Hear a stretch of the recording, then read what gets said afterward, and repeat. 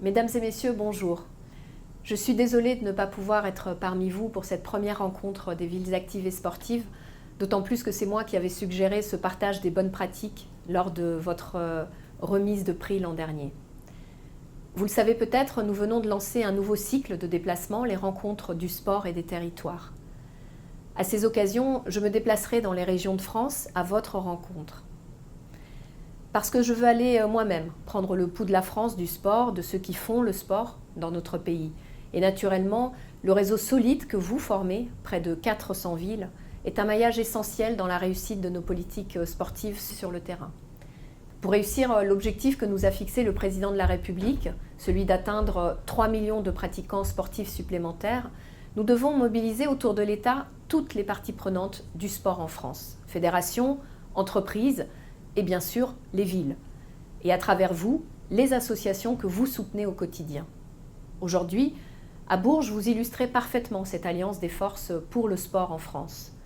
Vous êtes en plein dans la nouvelle gouvernance du sport, et je crois profondément dans cette gouvernance partagée. Elle est plus proche des citoyens et plus proche des préoccupations des territoires.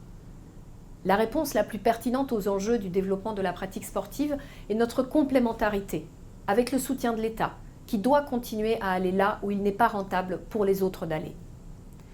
La réunion d'aujourd'hui, soutenue par notre ministère et par le nouveau parrainage de la FDJ et du groupe Vive, permettra de valoriser l'action des associations, de leurs employés et surtout de leurs bénévoles. Mais aussi, et rien ne se fait sans eux, rien ne se fait sans vous, la mobilisation des élus, de vos villes, les élus au sport. Mais pas seulement, car le sport, vous le savez, est la solution à beaucoup de politiques publiques. Parce que justement, le sport dépasse largement le seul cadre de la compétition sportive et de la performance. Il embrasse désormais la santé, les mobilités, l'inclusion ou l'attractivité des territoires. La mobilisation de votre réseau aujourd'hui est très précieuse. Merci au Conseil national des villes actives et sportives de vous réunir. Cette rencontre sera une réussite si vous repartez plus riche d'idées et d'ambitions pour vos territoires. Merci aux villes présentes. Par votre présence, vous signifiez votre volonté d'innover par et pour le sport. Et je salue aussi le réseau de bénévoles qui œuvrent au déploiement du label et permet une remontée des bonnes pratiques des communes, qui nous sera utile, à nous aussi, ministère. Maintenant, il faut consolider ces bonnes pratiques, en faire une véritable boîte à outils. Vos actions doivent essaimer, et c'est notre rôle. Elles doivent se diffuser. Je veux aussi partager avec vous mes priorités. Si je ne dois prendre qu'un exemple, ce serait celui des premiers apprentissages sportifs.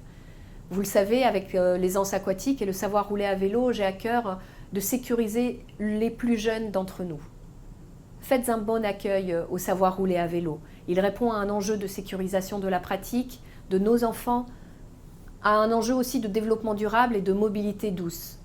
Sur l'aisance aquatique, n'hésitez pas à répondre au prochain appel à projet de l'Agence nationale du sport, dès le mois de février, pour déployer des classes bleues et des formations d'instructeurs de l'aisance aquatique qui permettra à plus d'enfants à partir de l'âge de 3 ans d'être en sécurité dans l'eau.